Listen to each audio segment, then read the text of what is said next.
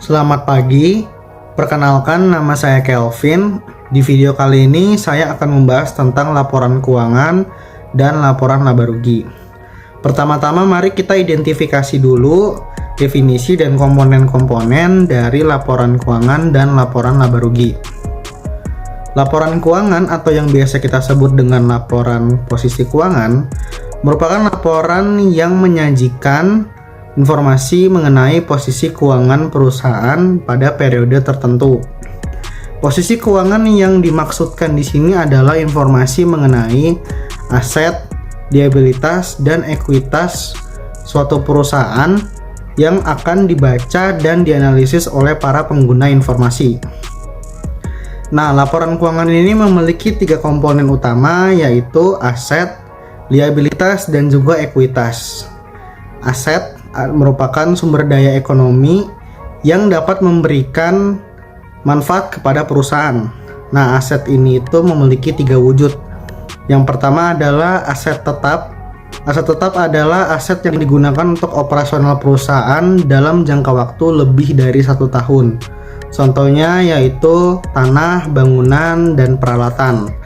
Yang kedua adalah aset tidak berwujud, merupakan aset yang tidak memiliki wujud fisik tetapi tetap memiliki pengaruh kepada perusahaan. Contohnya seperti hak paten, hak cipta, dan juga franchise.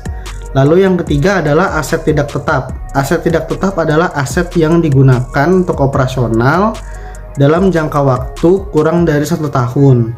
Aset ini juga bersifat liquid atau mudah dicairkan menjadi uang. Contohnya yaitu kas, perlengkapan, dan juga persediaan. Selanjutnya adalah liabilitas. Liabilitas adalah kewajiban dan tanggung jawab yang wajib dibayarkan dan dipenuhi oleh perusahaan. Liabilitas ini terbagi menjadi 2. Yang pertama adalah liabilitas jangka panjang, merupakan kewajiban yang harus dibayarkan dan dipenuhi perusahaan dalam jangka waktu lebih dari 1 tahun. Contohnya seperti utang obligasi, utang wesel, dan juga pinjaman bank yang jatuh temponya lebih dari 1 tahun. Lalu yang kedua adalah utang jangka atau liabilitas jangka pendek, merupakan kewajiban yang harus dibayarkan dan dipenuhi perusahaan dalam jangka waktu kurang dari 1 tahun. Contohnya seperti utang usaha, utang gaji, dan juga utang wesel dengan jatuh tempo kurang dari 1 tahun. Selanjutnya adalah ekuitas. Ekuitas adalah hak kepemilikan perusahaan atas kekayaan dan aset perusahaan yang sudah dikurangi kewajiban perusahaan. Contohnya seperti laba ditahan, saham biasa, dan juga saham preferen. Selanjutnya adalah laporan laba rugi. Laporan laba rugi adalah laporan yang menyajikan tentang kinerja keuangan suatu perusahaan dengan menghitung pendapatan dan beban perusahaan selama periode tertentu. Nah, komponen-komponen yang terdapat pada laporan laba rugi adalah yang pertama, pendapatan. Pendapatan adalah uang yang didapatkan dari aktivitas operasional perusahaan seperti penjualan barang dan penyediaan jasa. Selanjutnya yang kedua adalah harga pokok penjualan, merupakan biaya yang langsung berkaitan dengan produksi barang dan penyediaan jasa. Contohnya seperti biaya bahan baku langsung, biaya tenaga kerja langsung, dan juga overhead pabrik. Selanjutnya yang ketiga adalah laba kotor, merupakan hasil pengurangan dari pendapatan dan harga pokok penjualan. Laba ini belum dikurangi oleh beban-beban.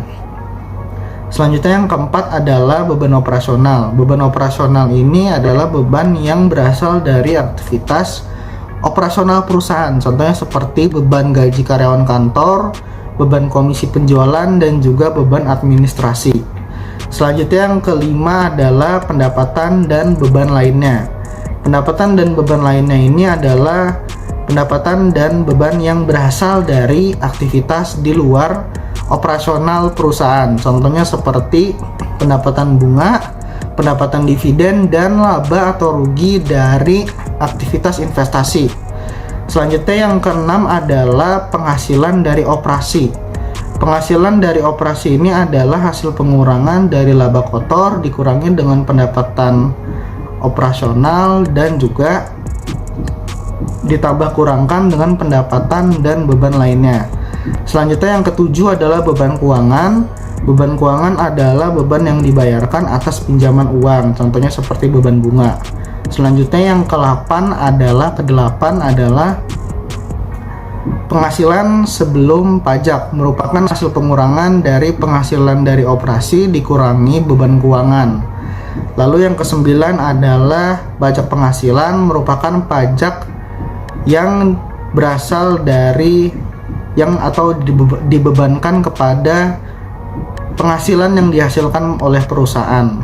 Lalu yang ke-10 adalah pendapatan setelah pajak atau penghasilan setelah pajak, merupakan laba bersih perusahaan yang sudah dikurangi oleh pajak penghasilan. Dan yang terakhir adalah yang ke-11, itu laba per saham, merupakan laba per lembar saham biasa. Nah, dari penjelasan yang sudah kita bahas, kita dapat mengetahui perbedaannya. Untuk laporan keuangan atau laporan posisi keuangan, kita dapat mengetahui bahwa laporan ini memberikan informasi mengenai likuiditas, solvabilitas, dan juga struktur modal perusahaan yang tentunya akan membantu para pengguna informasi seperti manajemen, investor, kreditur, dan juga pemerintah dalam menilai kesehatan keuangan perusahaan, melakukan analisis keuangan untuk pengambilan keputusan, dan menganalisis kemampuan perusahaan dalam memenuhi kewajibannya. Sedangkan untuk laporan laba rugi, kita dapat mengetahui bahwa laporan ini memberikan informasi tentang kinerja keuangan suatu perusahaan pada periode tertentu. Apakah kinerjanya sedang baik atau sedang buruk dapat diketahui di laporan ini.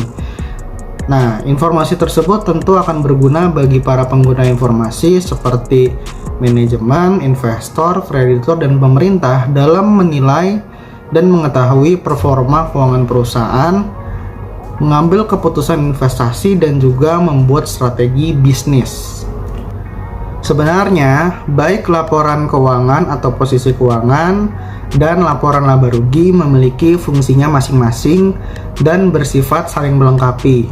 Para pengguna informasi tentunya akan sangat terbantu jika perusahaan menyediakan kedua informasi tersebut atau kedua laporan tersebut. Tapi menurut saya laporan keuangan memiliki posisi yang lebih baik daripada laporan laba rugi. Hal ini dikarenakan laporan keuangan ini memberikan informasi yang lebih lengkap, yaitu tentang aset, liabilitas, dan juga ekuitas suatu perusahaan, di mana laporan laba rugi hanya menyediakan pendapatan dan beban perusahaan saja. Kita juga dapat mengetahui kesehatan keuangan perusahaan dan performa operasional perusahaan di laporan keuangan tanpa harus bergantung pada laporan laba rugi. Contohnya, jika kita melihat adanya penambahan pada laba ditahan di ekuitas, kita dapat mengambil kesimpulan bahwa perusahaan mendapatkan laba di operasional terkininya. Contoh lainnya, jika kita melihat adanya pengurangan utang di liabilitas, kita dapat mengambil kesimpulan bahwa perusahaan dapat memenuhi dan membayar kewajibannya. Para pengguna informasi juga dapat menganalisis lebih dalam terkait dengan kesehatan keuangan perusahaan untuk jangka panjang dengan memakai informasi di laporan keuangan. Sekian pembahasan dari saya, terima kasih.